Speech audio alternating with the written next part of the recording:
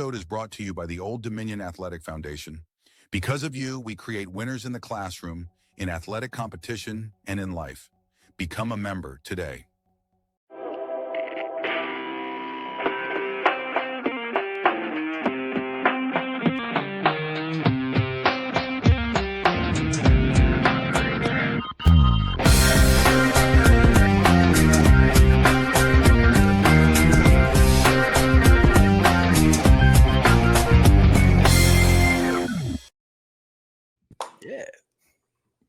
Hello, Monarch fans. Welcome back to the Hudson Homers podcast after a couple weeks off. CB's here. Coach Finny is here. We've got a whole bunch of fun updates for you.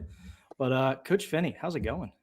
It's going great, guys. It's I'm heading to St. Thomas on Thursday for AJ. So we're wrapping up some recruiting here today, tomorrow, and Wednesday, and then I'll be down on the beach catching some rays and drinking some good island rum, I think. So for a while. I know I'm not fancy because you said St. Thomas, and I was like, oh yeah, fancy beach. I was like, I don't even know, is that in America? What country? I have no idea where that is. The U.S. Virgin Islands. Okay, there you go. That's kind of what. Yeah, we got St. Thomas and St. John's and some of them. Where like Tim Duncan's from. Yeah. So that's where we'll there be. We go. All and right. Can't wait, man. High five. Yeah, excited about it. Excited as I can be. Oh yeah. And then I think since the last time we saw you, went down and met your grandson, right? I did, yeah. Yeah. Sterling, we hung out. Yeah. And, played a little golf with my son Gray, and it was a great weekend because the regionals were on. So pretty much, if we weren't playing golf, we were sitting in front of the TV playing with him and watching college baseball. Perfect. Yeah, which if you're not playing it, that's the next best thing. But Yeah. Speaking of that, congratulations to Troy. Whew. Heck yeah. Man, having a heck of a run through the regionals and then winning their super regional and, beating Ole Miss yesterday to win their first game in Omaha. And that's cool and great for their program and great for the Sun Belt. 2 years in a row, we've had teams in the College World Series. So it says a lot about the league, I think. And certainly they've had a fantastic finish, and it's all about getting hot at the right time. And they had I thought we opened up the conference season with them, and beat them on Friday, and then they beat us pretty good on Saturday and Sunday. And I thought they had a really good club. At that point, they had a losing record. They played such a tough schedule. Yeah, I think they ended up with the number one non-conference strength of schedule in the country. And I said they're the first team to lose 30 games to make the College World Series. Yeah. But they did what the committee says you need to do to get in, and they were one of the last teams in, but they obviously proved that they could do it. And I think it's interesting, man. Like people, because of how the regional formats are, you're not always going to end up with the 8 best teams in Omaha. Yeah. No. And the randomness of baseball is what causes that, right? This team got super high, this pitcher, this guy was in a slump. You look at UCLA, that was probably the best team, door to door from start to finish in the regular season, and they barely won a game in their own regional. Yeah. Our friends at Auburn, same thing, right? Auburn, Auburn gets, and some of that is circumstances, right? Like if if Arkansas Little Rock ends up at Auburn for the Super Regional, Auburn's in there. But they win the Southern Miss Regional, and then Troy wins the Gainesville Regional, and now Troy's hosting the Super. Right. And then Alabama gets in because St. John's upsets Florida State. If Alabama has to go to Florida State probably for a Super, they're probably not winning it. And because they just got trounced twice in Omaha, man. And so I don't know. It's interesting, but I do think, Georgia looks pretty good. That Georgia-Oklahoma game tonight should be a really good game. Should be a great one. Yeah. Because Oklahoma, speaking of hot, they're on one right now, man. They are on a heater. Yeah. And obviously Georgia's the most talented team, I think, in the country. So I'd love to see Troy beat West Virginia, tomorrow. Yes. That'd be cool for them to get to the finals of that bracket. Yeah, North West Carolina Virginia looks really good with their pitching, and they've got a very complete team, I think. Yeah, UNC, their pitching staff has been pretty elite through the stretch of super regionals and into the College World Series, but West Virginia had some fire. I mean, I don't know if you've kept up with that shot leaderboard at that bar right by the stadium, but I think they're like in the top 3 all time, and we're not even to the finals yet. Like we barely played elimination games. So, they came over the mountain ready to go. Oh yeah. Now, if there were shots of moonshine, they'd be even. Yeah. That's what they're like. They're used to shooting, moonshine, and they're down there like, what is this? Like a drop of vodka? No way. Yeah, I know that guy's a man. That ain't got nothing on that corn liquor. Still, what is weak? That was a heck of a game. They made those 2 errors in the 7th. Man, I felt bad for the starter because I thought that kid pitched his tail off, and they've been a very good defensive team, and that's just bad time to have a couple errors, certainly. Yeah, so I think it's created a really great College World Series, even though there are some teams you could say like, all right, maybe they're not in the top 8, but let people make that same argument for the Elite 8 and the Final 4 for men's and women's basketball. Like the same thing happens. You know the path. You just got to win through it. Yep. Happens in Major League Baseball. My dad and I were talking about this yesterday. Growing up a Braves fan, how many years in a row were the Braves the best team in baseball, but then they weren't the hottest team at the end? It's just how the sports go. Yeah, I mean, Morgan Wallen wrote a song about it, didn't he? Yeah, so them damn Padres got them in '98. So yeah, it can happen. The hot teams, that's the thing you want is playing the best at the end, and it does. You think about what it does for programs like Troy. Yeah. Just to get the amount of exposure they're getting and all those things, not just the baseball program, the whole athletic department, and then the whole school. There's people going, man, Troy, I didn't even think about that. I'll go to school there. Never heard of that, but yeah. Might be better than going to Alabama. I can go to Troy. Be in the same state. Yeah, and Troy's going to be the one that made it the farthest. So yeah, kind of cool. Be great. So good for them. We certainly wish them the best. Good guys down there. Yeah, definitely rooting for Troy to come through. Get back-to-back years of the Sun Belt team in the final would be pretty awesome as well. That would be awesome. Yeah. Yeah, but speaking of last year's national runner-up, some movement within the conference with Schnall going over to South Carolina. New coach coming into Coastal, and it seems like they picked up a transfer from Houston today. It was one of their weekend guys. Yeah, and they got a transfer from Mississippi State. So Chris Lamonis, good guy, really good coach. Known him a long time assistant at Louisville for Dan McDonald. Was the head coach at Indiana for a number of years, and then won a national championship at Mississippi State. So he's a Myrtle Beach native, and his wife graduated from Coastal. So there's a lot of personal ties there for him. I think it's a really good hire for Coastal. Yeah, he'll do a bang-up job there. And you knew they were going to get somebody good, and they did.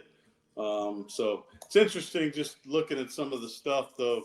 Schnall took a bunch of Coastal guys down there to South Carolina with him. Yeah, and Coastal fans aren't too happy about that.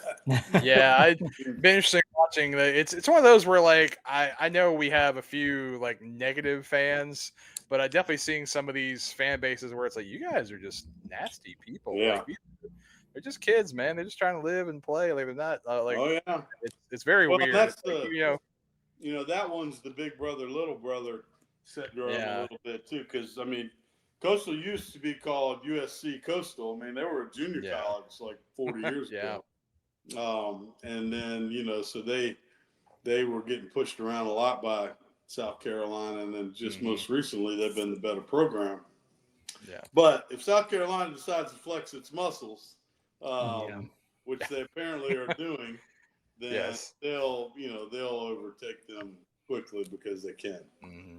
So, that SEC TV money comes in handy when you need to hire baseball coaches and tennis coaches, because you can just blow the market out with any of those hires. Yeah, and when you're the University of a state, that's got a lot of power in itself as well, right? Yeah, definitely. Well, CB and I spent some time together yesterday at the new CarMax Park in Richmond to check out our man Noah Dean, who was the opener yesterday. I've been trying to catch him all week. He pitched Tuesday of the series, couldn't get out there then. Tried Thursday, rain canceled the game in the 5th inning.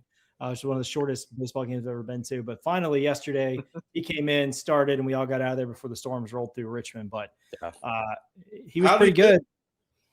Yeah, looked good. 1 inning. I think he had 2 strikeouts. Had a walk. I honestly, I don't know. Maybe they don't have ABS in AA, but I was sitting there tapping my head on the walk. But yeah, he looked good. He's in good spirits. He says he really likes being with the Nationals there with Harrisburg. He's only a few hours away from home. Yeah. So he's enjoying it. I mean, he got released by the Red Sox. I'm sure, when you get released, you're always like, well, is this the end? Is anybody else going to, fortunately, when you're a lefty that throws in the high 90s, you got a little bit more run than some other guys. And so, yeah, he's looking good. I mean, when you're in AA, you're a call away. Yeah. He just got to keep pedaling the bike, man, and keep going good. That's what he needs. So, and that ballpark is gorgeous. That's a beautiful thing. Yeah, that's beautiful ballpark. Yeah. Yeah, they did a good job with that. A lot of good standing room only areas, which is perfect for me because one, it's like 15 minutes down the road, but also I'm thinking about like John Hollabetz is going to be coming through here later. A lot of pitchers. There's a standing room only area that's right up against the visitor bullpen. Yeah. So in college, you would use that, I'm sure, to give hell to those pitchers, and I'm sure some Squirrels fans will eventually. But it's nice because you can literally be right on top. Like I watched Noah's full warm up yesterday. CB did too. So they just talked to him from the seats and from the standing room only area. So they did a good job up there. I'll give them that. The stadium looks great. Will Andy be coming through there? Does West Tennessee come through there? No, it's a different league. Okay. Yeah, it'd be nice. It's weird because it's not that far away. No, it's not. But they're in like the Southern League, which is a whole different than the Eastern League. So it's a little interesting. Yeah, but we'll get Portland coming through with Hollabetz if he's still there. I don't think they come till August. I'm gonna try to get up this summer and do a little vacation in the Northeast where it's a little cooler and go check that out. It's a cool spot. Blake Morgan keeps throwing good. Then, although the Montgomery's in the Southern League too, aren't they? Yeah, they're in the Southern League too. Yeah, well, Blake's going to be his team's actually in Wilson, which is a few hours south of here this week, and then 4th of July week he's in Delmarva up on the Eastern Shore. So hopefully one of those works out and get up and see him. Yeah. I saw he was the pitcher of the week. Pitcher of the week. Yeah, he dominated it. I know. Yeah, he fielded a pretty nasty comeback or two that was headed towards his head. He just kind of got it to the side and laughed it off. I mean, he looks like he's having a good time pitching. He's throwing the ball real well. Yeah, he's just Blake. He's just Blake. Yeah, you know what you're getting with Blake Morgan. That's cool. So, Finny, tell us about, since the last time we talked, I think you guys, it was like the week after our season ended. You guys had your meetings you went through. So kind of tell us what has been going on with you and the coaching staff since then.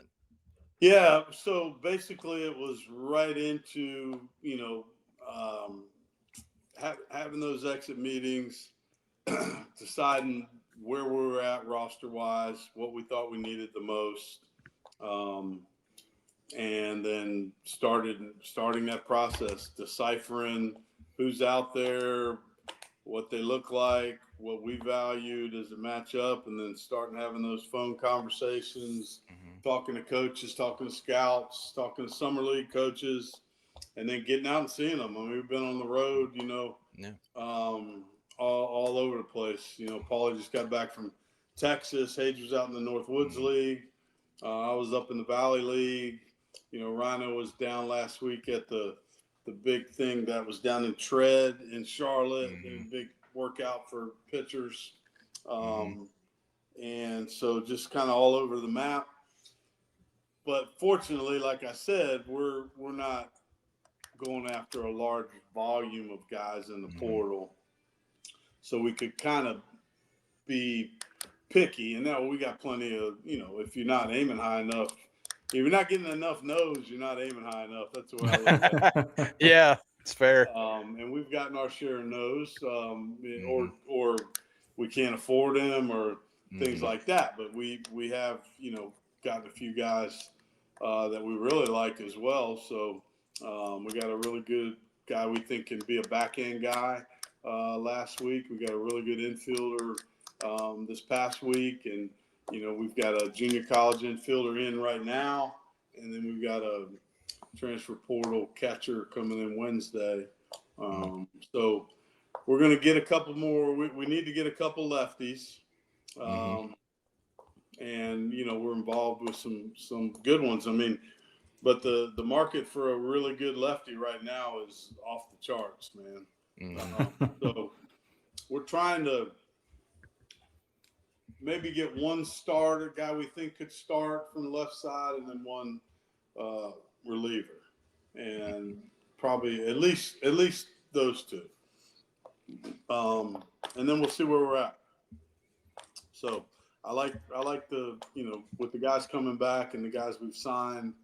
I like the potential makeup of this group, and our guys that are returning. Most of them are back here. They went home for a few weeks, and most of them are back here working out and lifting and hitting on the field, long tossing, and getting their trying to get better. So freshmen will be coming down in a few weeks for summer school. The incoming freshmen, and they're going to work out and then also play in the Tidewater Summer League, so they can get some reps against some college kids. I think that'll be beneficial for them. So the only one that's not is Bryce Muchika. He's playing in a couple college leagues up at home. So, but all the other ones will be here. Mooch, yeah. Mooch will be a fan favorite, man. I was gonna say, yeah. He can hit it out there in the road, and he's a big fella. So, his nickname will fit him. Yeah. Let's say we just hear the whole crowd, Mooch. Mooch. Like, yeah, that seems like pretty ready made. Yeah, perfect for a baseball name. Well, you can keep track of all the roster movement for ODU baseball at odumonarchist.com. That's right. We have our URL back. The Pride of ODU NIL site is no longer there. It is ours. But we've got a tracker there. If you subscribe to Monarchs Plus, they will let you see all the guys that have declared they're going in the portal, guys that have committed coming in. Of course, we'll keep that updated as we get more info, but that's your one-stop shop. Even D1 baseball doesn't have some of our info, so that's they do we're not, beating them to the punch. There we go. Yeah, they ain't got nothing on us. No, that's why it's so valuable. And Monarchs Plus helps us get more people on that tracker, so that you're kind of helping the thing go there. With that. And on the stadium side, man, I was just inside today because we had a recruit in, so Rick French, nice enough to give us some hard hats and some yellow orange vests. So we put them on and go in there. And the lockers are about 75% installed in the locker room. That's starting to take shape nicely. There's, good amount of paint on the walls in some of the different rooms. And it's starting to, the flooring, I think, will be the next thing. So that's starting to shape up. And then I think they're supposed to, I saw them start today on the decking for the seats is getting installed, started today. So they'll get all the decking, the metal decking in, and then the seats get delivered on Wednesday. So they'll start installing those right after that. So I think, within the next few weeks, we should have chairbacks going in and, that roof being on and seeing the blue roof. And so it's starting to, the press box is just about completely framed up. So they should start putting the block on brick on the outside of that. So it's starting to look like something. It's exciting. Look like a ballpark. We love it. Yeah. Starting to come together. Ballpark. I mean, I think the design of it was spot on for what we need. It's going to be, it's going to have a lot of wow, especially for, I don't see it every day from the outside right now because you just don't come in that way because that road's closed. But once a week or twice, I'll take a drive down that way, and it's really cool looking from outside, man. It's going to really be nice. Yeah, we drive down 43rd. It's really pretty. It's one of those it's not even done and it's pretty, which tells you a lot. Yeah, it's going to have a lot of wow to it.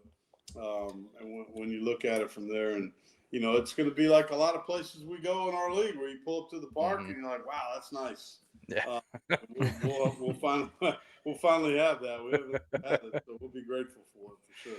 Haven't had it since like the mid '80s when people came up to it. Yeah, for sure. Yeah. The days of just 3 sets of bleachers and a trailer on stilts is long behind us now. Yes. I see we have a visitor again on the podcast this week. There we go. Yeah, she's All right. maybe you hear her purring. I don't know. Yeah, getting bold now on the podcast. That's I think She two is. episodes. Got the diva mentality already. Yeah, Announcing her presence with authority. my mistake for leaving the door open, thinking she could be good. Now that she's a year old, that's my bad. They never grow up. You're going to use your cat to announce commitments to ODU. They're just going to walk Yeah. past and have a name on it. I like it. Yeah. Do I it. saw basketball's getting a bunch of kids announced that they've gotten committed through the portal. Yeah. So it's like they're adding some size and some guys. So hopefully that's good. And we got a couple new assistant coaches that have come in. And I've got a chance to meet one of them. I haven't met the other one yet, but it's exciting time. Yeah, a lot goes on in the summer that I don't think people realize. There's a lot of hard work going on. It just seems quiet. I know. Yeah. You don't take the summers anymore. Just as busy, if not busier than the rest of the year, man. It's crazy. If you don't make yourself take a little bit of time away and play a couple rounds of golf or go to the beach, shame on you, because you should. And you can fit all that in. I think you just got to make sure you get. I think once we get this roster done, then of course it moves right to the high school kids in July. But it does give you a little bit of a breather, and it's the same thing. You're not trying to sign as many high school kids now as you used to. So you can zero in on some of them. And Paulie's already been at a couple high school events. He's going to another one Wednesday, but we're being very specific, I think, on what we're looking for in that 27 class and the 28s. Is there generally speaking, you can tell us what you're looking for? Maybe not obviously specific guy, but what's in that idea? If you can find a good left-handed pitcher and sign him, you get him. Right. If you can find two, that's like Christmas. And so you're always hunting that. And then, I think it's maybe 4 high school arms. You're probably going to look at a catcher every year if you can find one. You're definitely looking at a shortstop every year if you can find one. And then the best hitter wherever he plays. If he's an outfielder, great, but I don't get hung up on that because you can move guys to the outfield.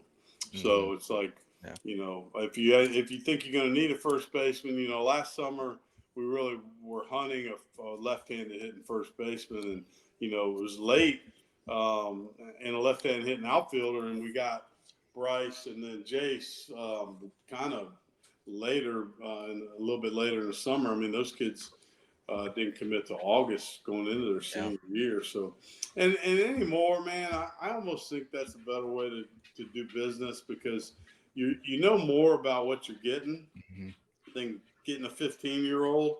Yeah. And you don't know if he's as good as he already been, and then if he gets better, somebody else is going to try to get him, and it just doesn't make a lot of sense. And so we've slowed that process down, and it's kind of like the late bloomers are a little bit closer to what they're really going to be than the early bloomers.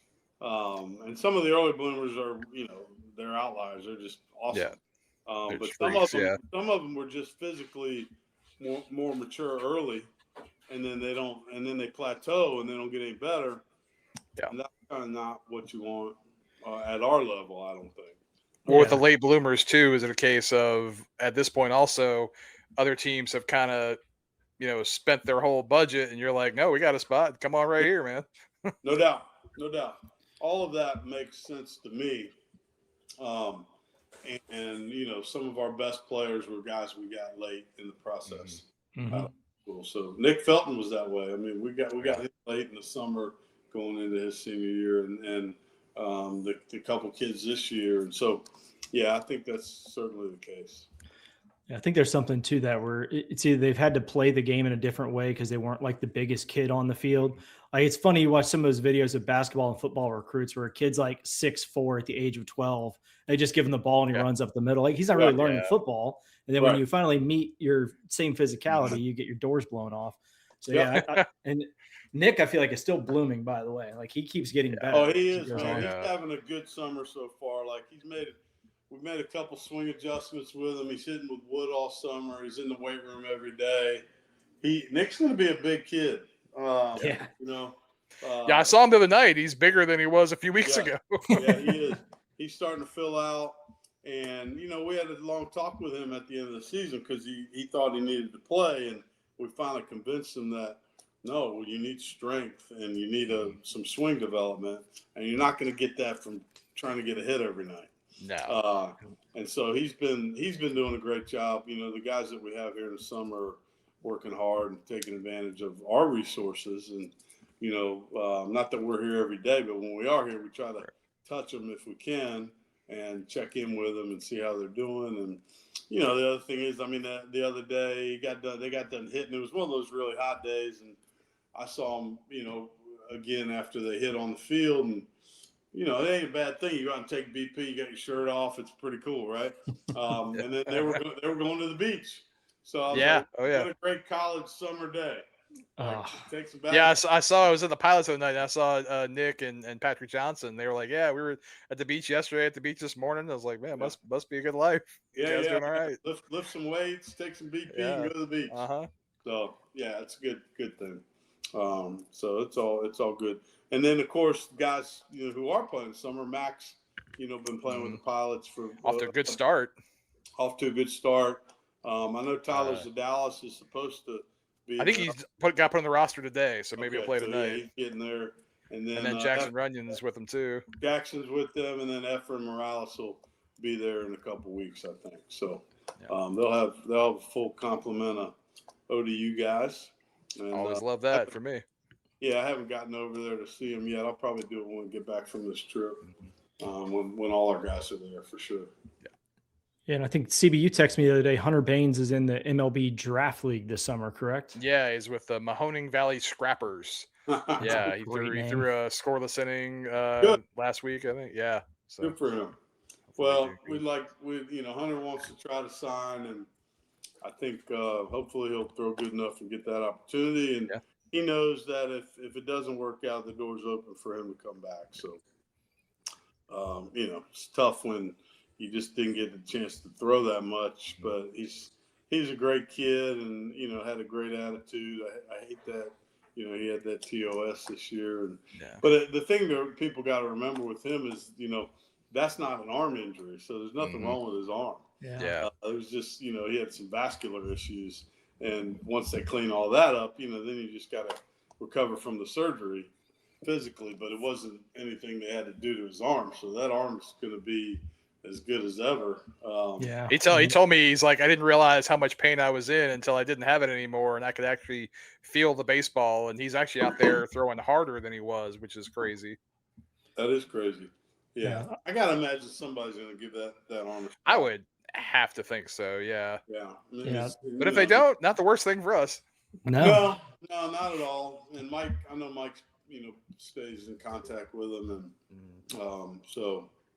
You know, we'll see. We'll certainly wish them the best, whatever it is. Yeah, absolutely. Yeah. The MLB draft, I believe it's July 11th and 12th this year. So we'll be paying close attention to that. But I think for a lot of our guys, maybe in those hours after that draft ends, like who's getting calls, who's getting signed. Yep. Sometimes I think that's potentially a better outcome. Similar to the NFL, like you don't want to be late 7th round. You'd rather be an undrafted free agent at that point. Yeah, no doubt. And I think I think the guys, you know, who knows? I stopped trying to figure the draft out a lot. Yes. Yeah, honestly. It's the most inexact science out there. And, you know, I don't think we have a bunch of guys this year in that boat, but, you know, last year even, you know, there's just guys constantly being disappointed because they believe what they hear too much and they believe what they want too much. And the draft rooms are about as fluid a thing as there could ever be. Unless you're in that draft room, you know, anything those scouts tell you, like, because they don't know either. You know? They don't either. Yeah, they're as low on the pole as it gets. Yeah, and they get as frustrated as anybody. Yeah, they've been working all year and trying to get these guys and getting all the information. And then, you know, they have a year where none of their guys in their area get drafted, and they're like, what did I just do for a whole year? You know, like, so that's frustrating for them. without a doubt. So that's why I tell our guys, like, if you tell a guy you're going to sign in this range of rounds, you need to hold them to it because it's their job, man. Mhm. Like they're telling their bosses that, and so you need to be honest with them, but make sure that you live up to what you say because that can get somebody in a little bit of hot water if you don't. Same thing. So so we're hoping by the time we do this again, maybe we'll be done with the roster management for the most part for next year, and I think that should be the case. It feels like it is, outside of maybe a unique situation or something. But we're hoping to be that way, and then just moving on to the normal July stuff, camps and tournaments and all of that, and trying to have a little bit, guys try to take a little bit of vacation in there. Have a little bit of a life on, by the way. A little bit of a summer. Yeah. Yeah, important to do that because February will be here before you know it. Like there's no slowing that bad boy down. It'll be here soon. No, and and all the end of August comes quick, and you just don't want to get to the end of the summer and realize you missed it. So take your walks, play your golf, get your job done, but enjoy it while you can. And we'll be in a brand new place, man. It's gonna feel like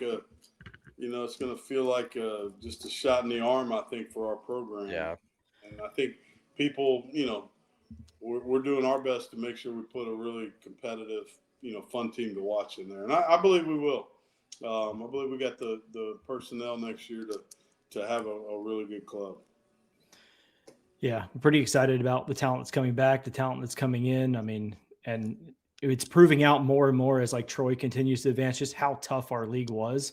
So you look back on some of those series now and it's like, oh, well, that makes sense now. They're in the World Series or, they advanced here. It's the Sun Belt's a tough league and I think it's wide open next year. And you can, tough. Southern Miss is always going to be up there. Coastal's going to be fine, even though they will be plenty of guys. And Georgia Southern will be back. They've been too good for too long.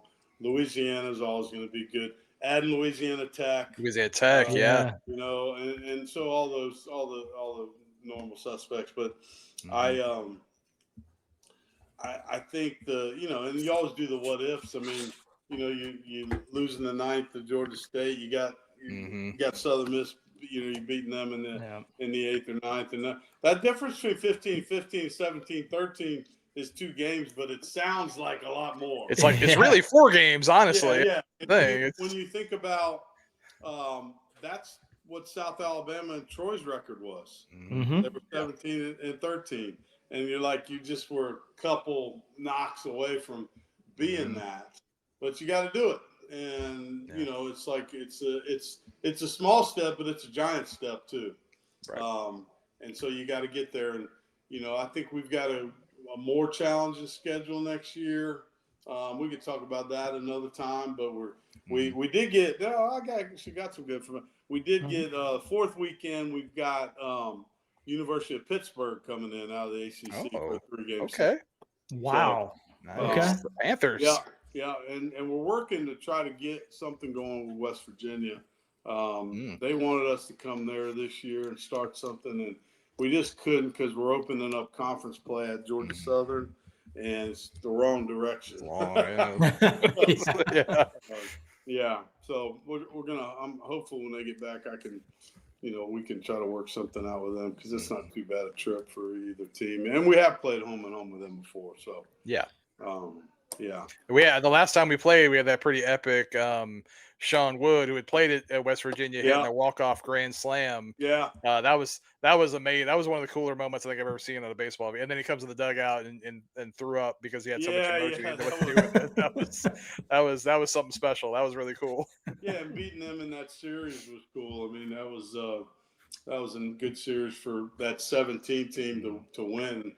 Obviously helps the RPI and all of those things. So, that's those are the series you want to get in. So I think with the new stadium, we'll be able to keep on attracting good programs here. Nice. Yeah. Getting Pitt. That's a big step up to get them to come to you for a 3-game series. Like that's big in the big picture of things for Yeah. all of you out there worried about the mid-major status. Sun Belt is not Yeah. in That's college right. baseball. Well, and that's the thing. They can go on the road and play Sunbelt school. It's not gonna do anything but help their them. RPI. Yeah. So we're in that boat typically, and for us being 120 or whatever is a lower year in the RPI. I mean, we're usually in that 75 or better range. So we need to make sure that and not having the stadium. I think we talked about it. That had a little bit to do with 2 years ago we couldn't really play any home games, and then not having the stadium, that word gets out, and you tell some people that maybe we're going to come in and that you want to get back, and you're not going to be dishonest with them. And I think that cost us, a couple. We were unfortunate to still get UConn and Charlotte to come, but I think it cost us a couple other good programs that would have come. So we'll hopefully get them back. Nice. Yeah, I'm excited for it. I'm patiently awaiting the information on seating and all of that. I'm sure they have to actually get the seats in place to understand what that's going to look like. It's just under. We'll call it 2,000 chairbacks. That's and good. then of course with the standing areas, rally alley, and then the loge area between the dugouts. I mean, I think easily we can call it 2,500, no problem. In terms of seating capacity. So I think it'll hold that. And the cool part is there won't be a bad seat. Yeah. There'll be all really neat places. And I think from what I'm seeing, two really cool spots I think to watch a game are going to be press box level outside, which is covered, but on that same level up top. The roof extends over some areas, and I think that we're calling that a handicap area potentially. So maybe you'll have to ask Bo for permission. Yeah. I'm going to tell because my mom's always worried about where you stand if it rains. So I'm going to tell her there actually will be a spot she can stand. I think it's going to be a great spot. So you'll be out of the sun and the rain up there. So it looks really cool to me. I see some guys standing up there, and I'm like, that is going to be an cool awesome view of the ballpark. Nice. Yeah, the cat. That's also the further we can get Bo away, the better. So we can put him up there. Yeah, exactly. That's a big plus for everyone. Yeah. You'll be hearing him again from the stands. Don't worry. I heard him a couple times this year from all the way in left center, 400 feet away. Come on, kid. He'll give you a come on, kid. And a let's go. Right? Yes. Yeah. Hear the let's go, and something about the umpires is usually what follows that pretty quickly.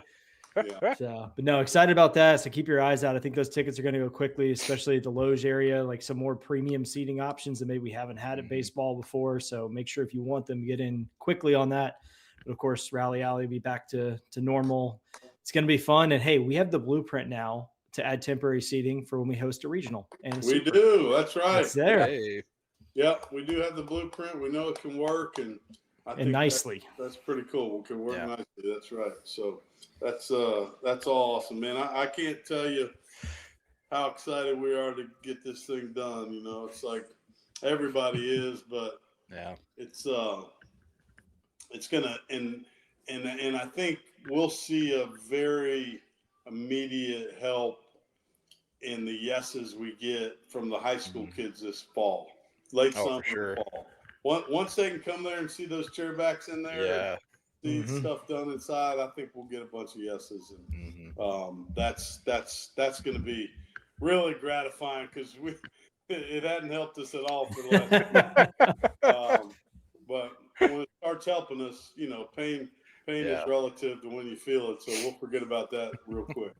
You can't have the highs without the lows. That's right.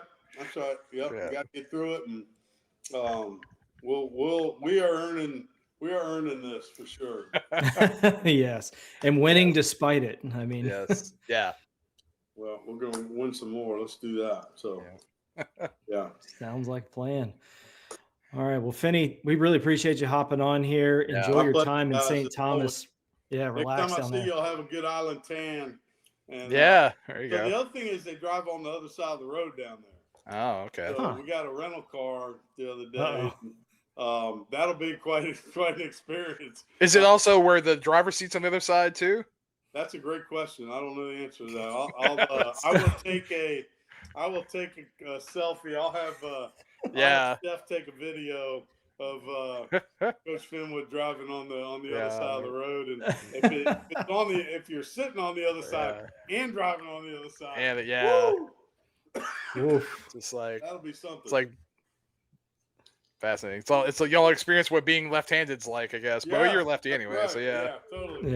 Yeah. But it'll be it's gonna be a lot of fun, and we got some snorkeling trips and sailing trips lined up, and we're gonna have a blast, man. So can't wait. That's awesome. Don't forget your sunglasses tan. Yeah. That's all I'll say. My first trip to the Dominican Republic, I came back and it was a laughing stock for at least a week. Yeah. Like baby butt white with like nice tan beside it. It was awful. Well, I got a giant straw hat I plan on wearing most of the time. So there you go. I was going to say, speaking of putting a ginger in the sun, that's I don't go out there anymore without some sort of covering. So, all right, guys, thank you for all y'all do. Right, Finny. All right, thank you, man. Let's get Aaron and those guys on our Hudson Homers hats. Oh yeah. The pressure's on now. We're talking about it again. Yeah, now it's live. It's on the record now. Yeah, we need it. Let's go. All right, see y'all. Go Monarchs. Thanks, Finny. Go Monarchs. Go Monarchs. Appreciate it. The Old Dominion Athletic Foundation, or commonly referred to as the ODAF, was established in 1964 as a nonprofit organization. The mission of the ODAF is to raise financial support for ODU athletics to ensure that our coaches and student athletes have the resources necessary to compete for championships. The ODAF is integral to the success of ODU athletics and is the channel through which our fans and alumni can partner with our coaches and student athletes for the advancement of the athletics program. Through the generous efforts of our donors, loyal fan base, and community, the ODU alumni from around the globe, the ODAF raises money for student athletic scholarship support and endowments, capital projects, program-specific support, and athletic department operations. Funds are raised through annual giving, multi-year pledges, events, premium seating, and planned giving. With questions about how to get involved in one or more of these initiatives, reach out to an ODAF representative. Gifts to the ODAF are investments in the lives of our student athletes. ODAF members receive exclusive benefits such as priority points for postseason and away game seating, parking, VIP, and hospitality experiences, and more. Because of you, we create winners in the classroom, in athletic competition, and in life. Contact the ODAF and become a member today.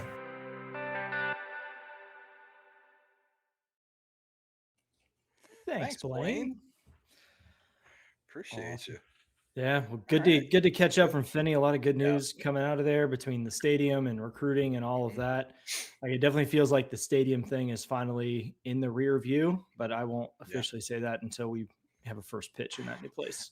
Until I'm watching a game in there and like an actual game. Yeah, it's still yeah. Well, do you want to talk about the roster a little bit? We maybe talk about like the guys we know who are graduating out of eligibility, the guys we know who are leaving in the portal.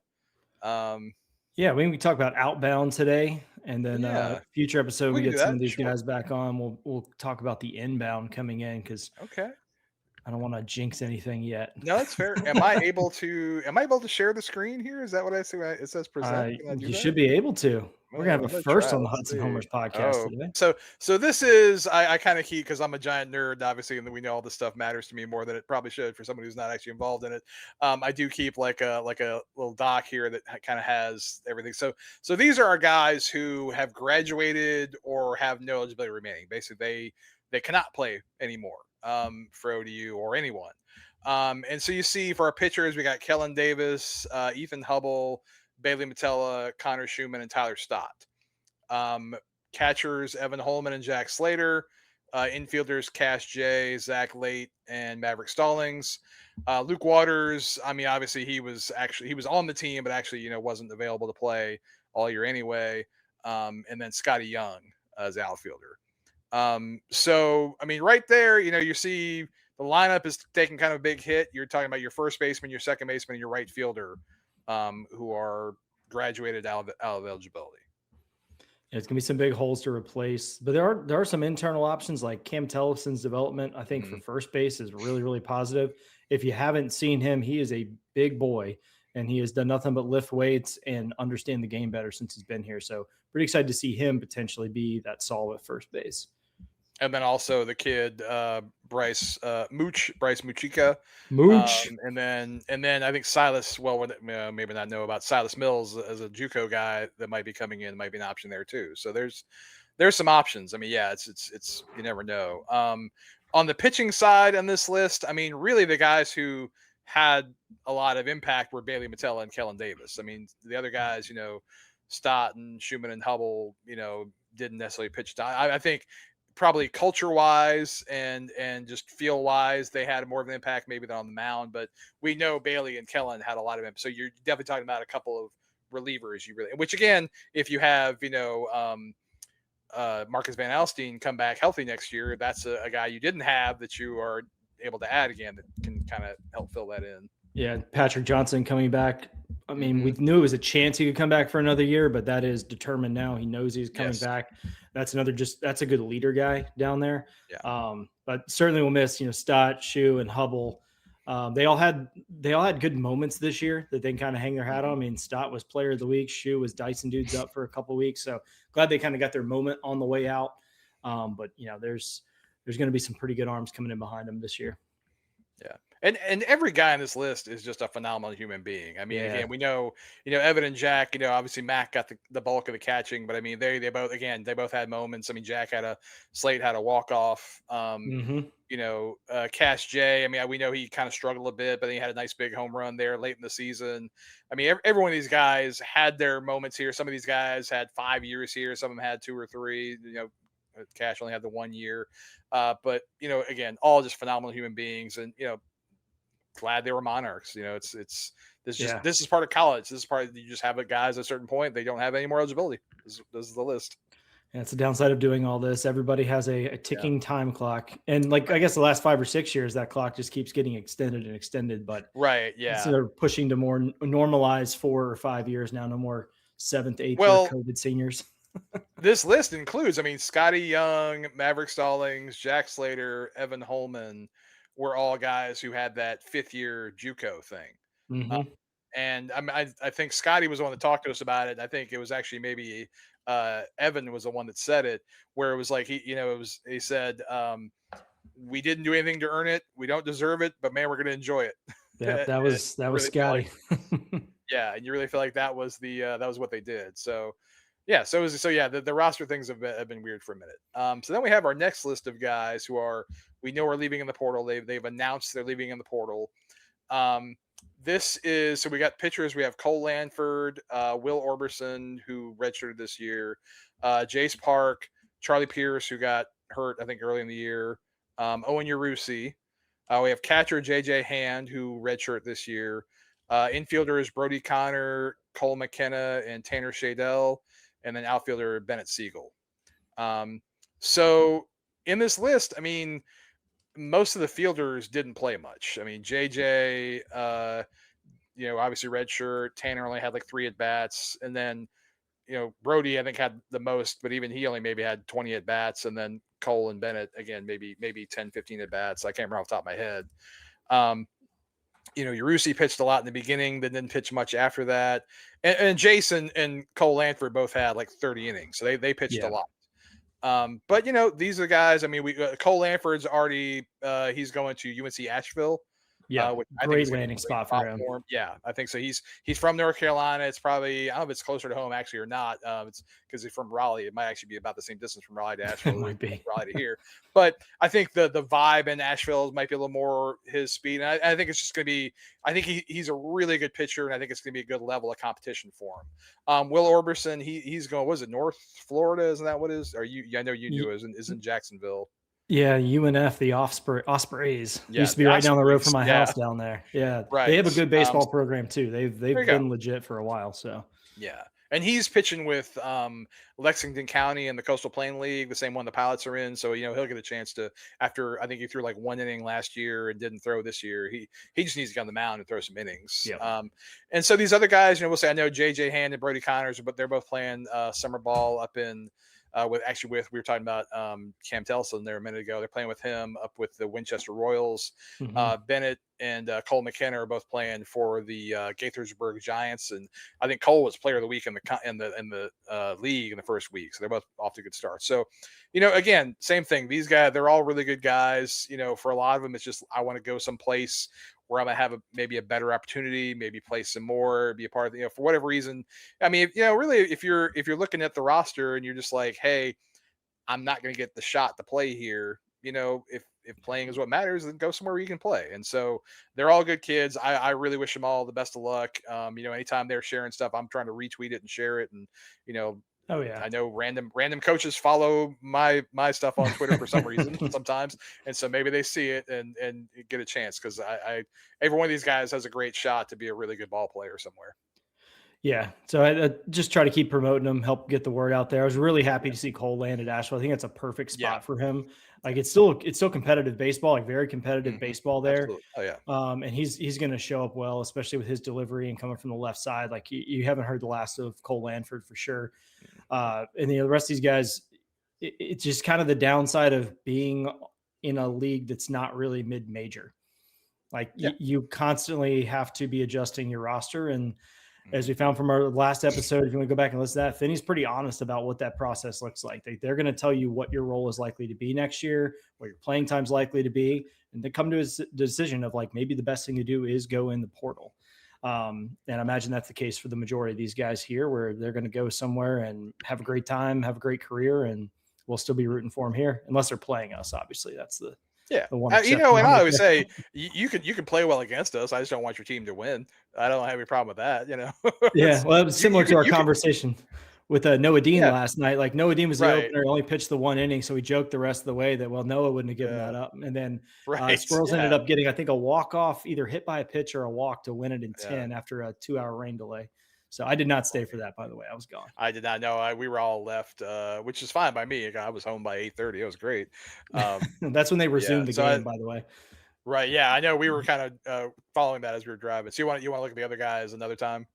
Yeah. We'll look at the incoming here. We'll say that. In the future. So let some of the coaches there are incoming players. Again, I think half of this is just as much to show people like, okay, here is who is leaving. Because I think when you hear, I think it's like 21 guys. I think they're leaving. When you hear 21 guys leaving, it's like that's over half the roster. It's like, well, it's about what it was last year. That's just kind of what you saw. Like it was like 10 or 12 of them were graduating, and 10 of them or so were going to the portal, but like only maybe 2 of them really even played a lot. It's just kind of what it is. I mean, it's not as severe as like basketball where it's like 1 or 2 guys staying. The whole roster is gone. The whole roster, and football where it's even more. I mean, it's a lot of turnover, but that's just kind of, I think, how it's going to be anymore. And it's college sports again. Like I said, there's 12 guys that just are out of eligibility. That's just that was going to be a quarter of your roster either way. Yeah, it's exactly right. And it is the new norm now, because you basically have like 2 different recruiting classes that come in. You got your freshmen and you have all your portal guys, and basically it just doubles the number of new people coming to the team. Like you see it in football.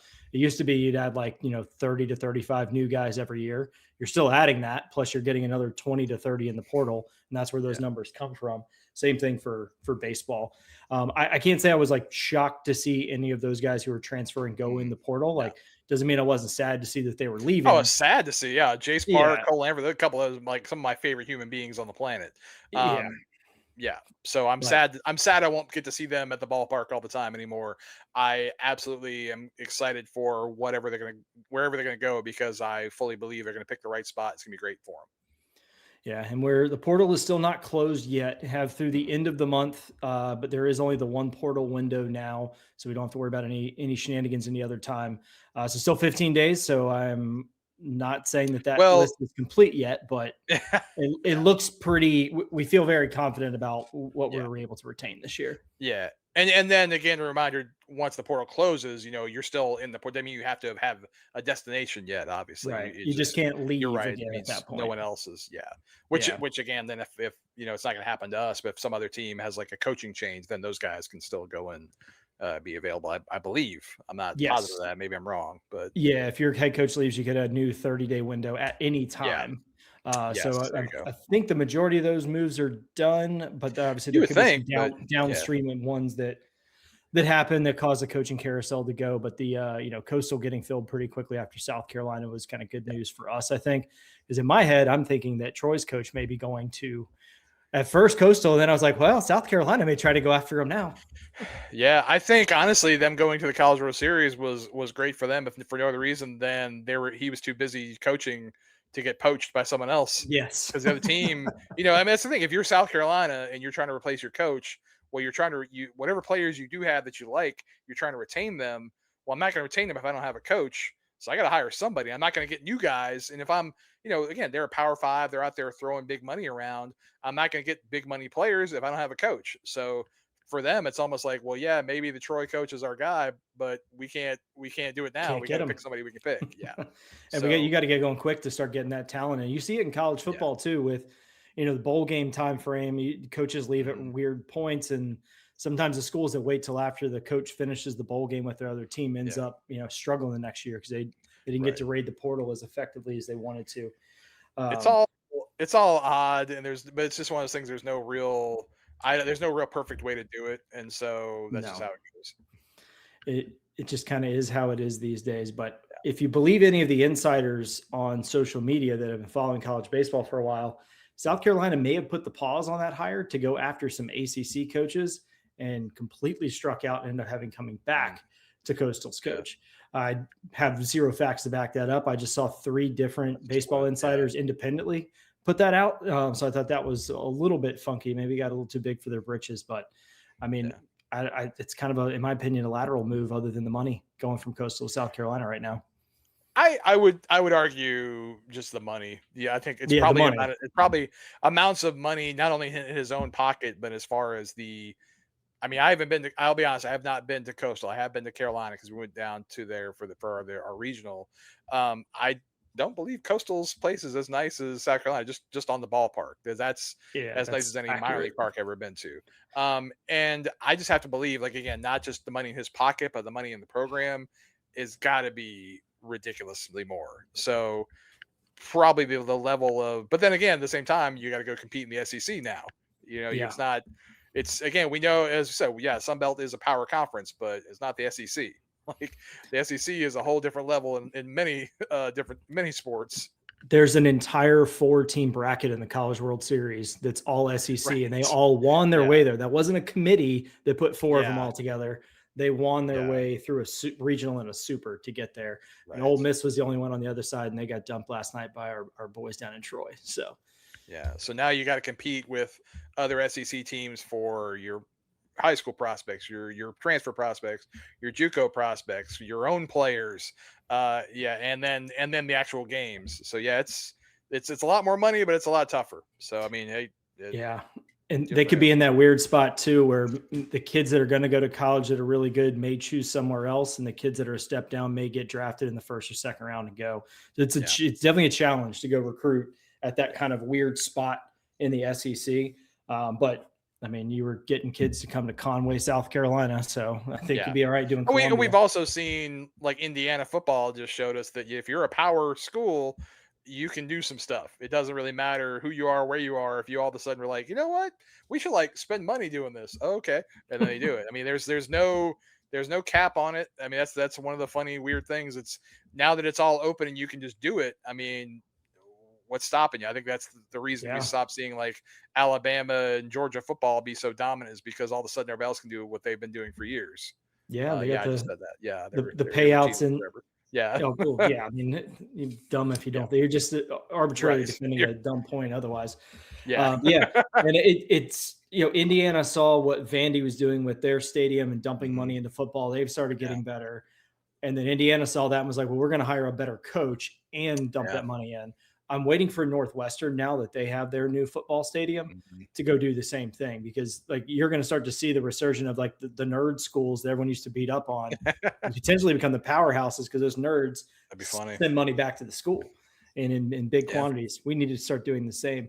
We're getting there. We're in much better shape than we have been before, but I mean, there's always a push. Yeah. As compared to the $0 we were spending on baseball a few years ago, it's better. So yeah, I mean, it's exciting to hear. As Finny said, I think it's going to be really cool to when you go out. I'm sure at some point here in July or August they'll have a camp. I'll go out and maybe get a chance to see the more updated stadium, if not completely finished. And certainly in fall ball, maybe it'll be more or less finished by then. So hopefully have some more updates and some pictures. I get to actually get a chance to get a little preview on it. And it's exciting. Like I said, I think he's totally right. I think once you start bringing kids out there, especially high school kids, it's like, oh, this is what a college ballpark should feel like. Yeah, I think it's going to be attractive to people that are just in the community that kind of want to come watch a baseball game. Like the Tides do pretty well with their attendance. I think we could start pushing up there as well, where you didn't go to ODU. You don't have a tie to ODU, but some really good college baseball down the road. Come check a game out. If you could have a nice seat and get a nice hot dog or whatever and some ice cream for the kids and have them go to rally alley. We can run around, get all their energy out before they take them home and go to bed. That's right. Load them up with sugar, wear them out. They sleep the whole night. There you go. As always, the biggest impediment to ODU baseball having a high attendance is the weather. It's just the reality of like when you start in the middle of February, we had more nice weekends this year than we've had most years. That's true. So it's just how it goes. You can't fight it when it's like, when it's March 11th and it's 38 degrees. Like that's just that's not helping your attendance. I don't care. Like I'm out there because I'm insane, but it's not because I really want to be out there. Yeah, you come appropriately geared up for that. You're not the person showing up to the Sunday game of a series in shorts and a t-shirt, having to find random athletic gear to throw on from coaches of other programs. But I'm really excited to hear Pitt is going to be on the calendar for the fourth week of non-conference. Like that in and of itself should draw some fans out. An ACC team coming to play a 3-game say we do not get ACC teams to come play basketball at all for years. No. Football occasionally. Yeah, we get a couple no of longer there. No longer. Yeah, not going to come anymore. It's pretty impressive. The number of sports where you can come watch a big power conference team is dwindling. Like it's not going to happen anymore in football. It's going to be rare in men's basketball. I think our men's basketball team is going to UVA this year, but that's the best we could do. We used to offer them 5-1s, play 5 in Charlottesville, 1 in Norfolk, and they would say no. Those days are done. If you all who want the playoffs expanded in college football, that's going to be less P5 at G5 games. They're going to go play in neutral site stadium and make $20 million. They're not coming to Norfolk. They're not coming to Harrisonburg. So if you want to see some big time teams come to town and have competitive baseball, there we go. We're going to have it. Yeah. And that's one of the things that we talked about all the time, that and Troy is a great example of it. Coastal is a great example of it, that we with baseball are actually one that can compete at a national level.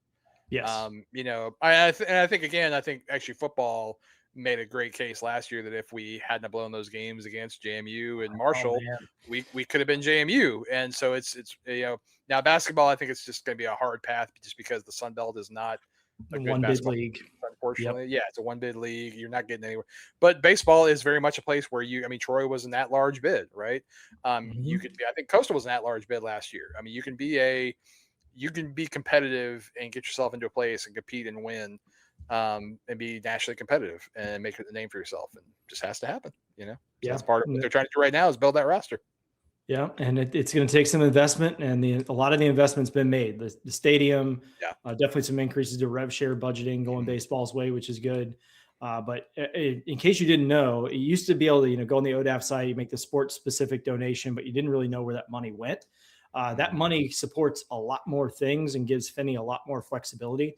So don't forget that feature exists. Like if you don't want to do the Monarchs Plus, totally get that. It's moved around a whole lot. But you can make those sports specific donations and they get more bang for their buck on that now. So keep that in mind too. If I'm going to plug ODAF more than Blaine did earlier, I'm not as eloquent as him, but who is?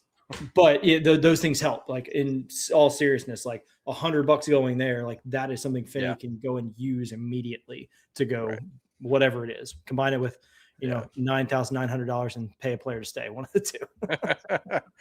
Or just as I saw on the bus, just buying like a lunch on the way to the tournament is important too. They need that for that. Just being able to say, "Hey, we got Chick-fil-A down." That was really nice. Like, Yeah, it's you had a no big deal. shortage of food on that bus, did you? No, we did not. No. If you were okay, if you wanted water, food, we got you. They were good. Yeah.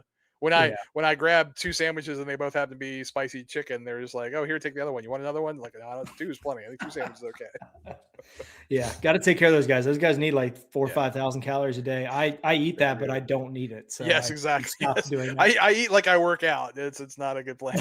Not a Division I baseball player. Yes. No. So, awesome. Well, we appreciate everybody tuning in. We'll have a Yes. couple more episodes for you this summer, and of course, kind of keep you updated all throughout the fall. Keep an eye on the draft that's coming up. Yeah. Look around at your local minor league teams, your local summer league teams. You may Yeah. have some of our guys. It means a lot to them to go out and support them. Like, Yeah. Noah was super happy to see us there. There and hopefully are see some more guys out there this summer.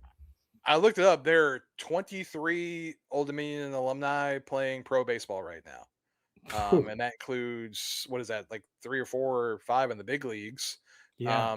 And there's some guys playing indie ball. There's a ton of guys playing AA. Yeah, and they're all over. I mean, we got guys all up and down the East Coast, the South, wherever. I can't even remember where Tri-City is, where Matt Kootenay's playing. He's out there somewhere.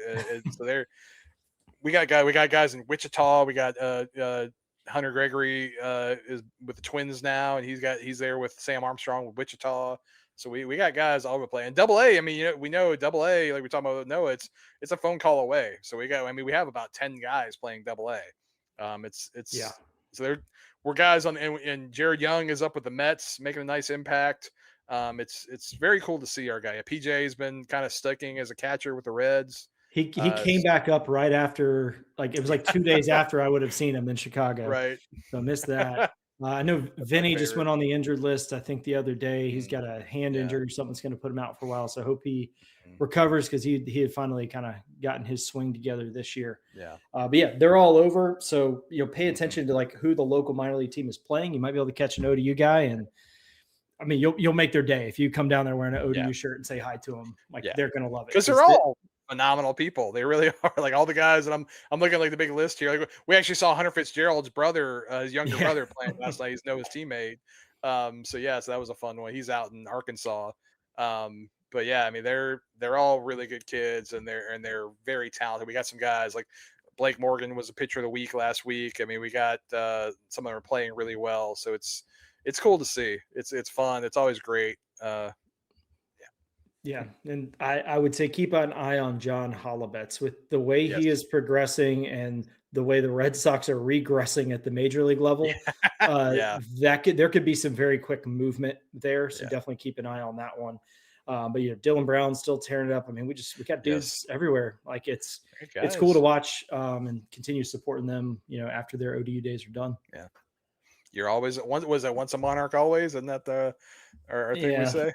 I don't say that because I think it's about the corniest thing that's ever been invented, but I do. I'll always support you. Like Stephen Meyer, I hope he has a nice. I feel it in my heart. Stephen Meyer and Ryan Feynman with Troy, man. We're rooting for you anyway because we're your Sun Belt, but we're definitely rooting for those guys. They were with ODU and they were great. And they're both really good guys. And every time Steve shares something, I'm double tap for the heart and love it. Great. I'm excited. Yeah, he had a great season, and so I hope it ends up in a college championship. I think it'd be amazing.